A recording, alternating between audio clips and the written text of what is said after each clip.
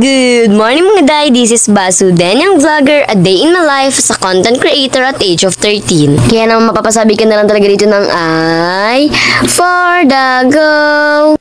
For the go!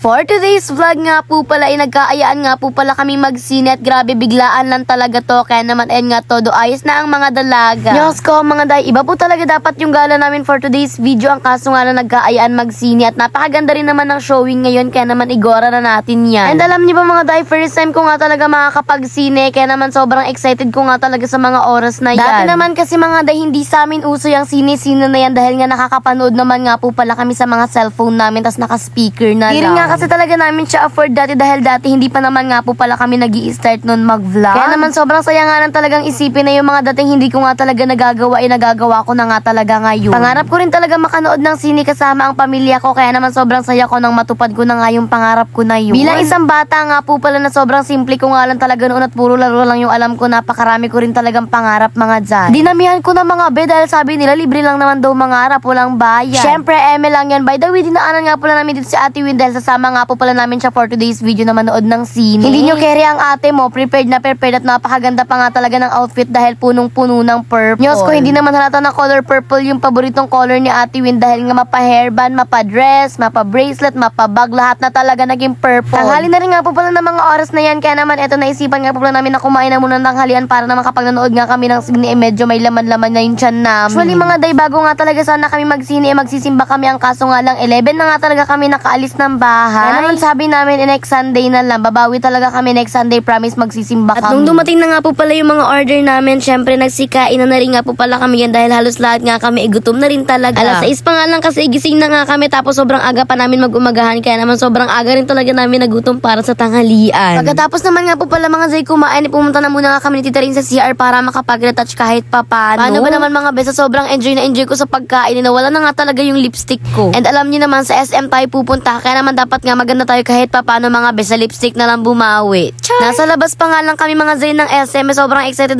na nga talaga ako na halos tinatanong ko na nga si mama ng paulit-ulit kung magsisini na nga baga agad-agad kami. May buti na nga lang talaga wala ng ibang lakad si mama at sini nga lang talaga ang pinunta namin dito. Alam niyo mga de, hanggang ngayon nga talaga ay curious nga talaga ako kung ano nga ba talaga ang itsura ng sinihan dahil nakikita ko lang naman ang mga sinihan sa mga vlogger na napapanood. Pero nung makapasok nga ako ng sinihan, grabe parang hindi ako makapaniwala na para bang nananaginip nga talaga ako. Abay ewan ko nga ba talaga kung bakit ganon, siguro nga talaga ganon talaga kapag first time. Tumaas na rin nga po pala kami dyan kaagad-agad tapos ito mga zay, nasa labas pa lang kami ng cinema, parang gusto ko na agad-agad pumasok. Alay hindi ka pa nga nakakabili ng ticket. Makikita nyo naman nga mga zay, papanoodin nga namin for today's video ay Snow White. O di ba mala Disney Princess talaga ang atake natin. Sobrang saya ko nga talaga mga day na kahit nga talaga Snow White yung palabas sumama pa rin nga talaga dito sila mama. Alam naman natin na mga Snow White tsaka ang mga Disney Princess mga pambata lang yan pero sumama pa rin nga talaga sila mama kaya naman super saya ko talaga. By the way, 1:30 pa nga po pala yung papanoorin namin na movie kaya naman eto at nag-order na muna nga po pala kami dito ng mga pampasalubong. Tapos habang nag-order kami mga Jay, meron pa nga dito mga nakakilala sa akin kaya naman shoutout po sa inyo.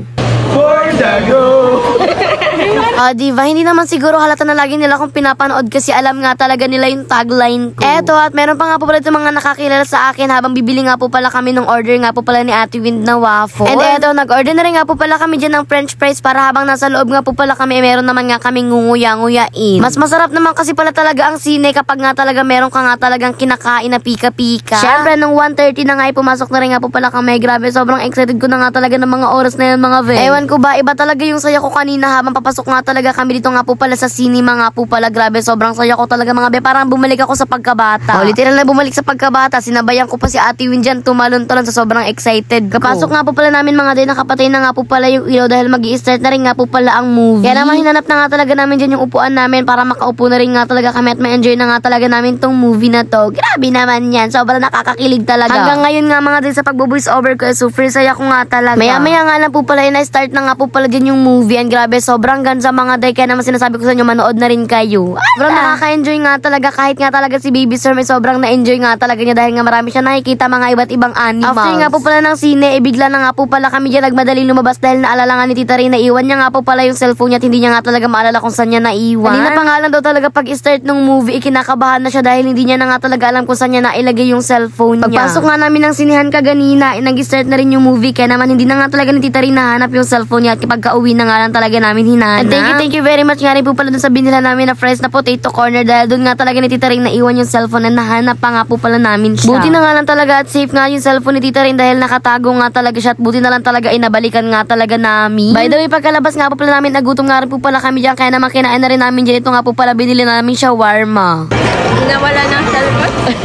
Diba? Yung Tita Girl mo na nawala ng cellphone, tuwang-tuwa ngayon pero kanina muntik na talagang umiyak. Paano ba naman kapag nawala yung cellphone niya, hindi lang cellphone yung mawawala kundi yung pera na rin nga talaga sa likod ng cellphone niya. Bali, nag-grocery nga lang po pala kami dyan ng mga wala na nga po pala sa bahay pagkatapos umuwi na rin nga po pala kami at sa paglalakad nga talaga namin pagpa-uwi ito nga po pala at may nakakilala pa nga po pala dito sa akin. Kaya naman shoutout nga po talaga sa inyo. Thank you very much sa inyong lahat. Patapos na rin nga po pala ang ating video kaya naman sana nga talaga ay nag-enjoy nga talaga kayo. Kasi ako, grabe, super nag-enjoy talaga ako. Kaya naman hanggang dito nga lang po pala ang ating vlog. Yun lang. Salamat, bye-bye and God bless. Thanks for watching. Maps!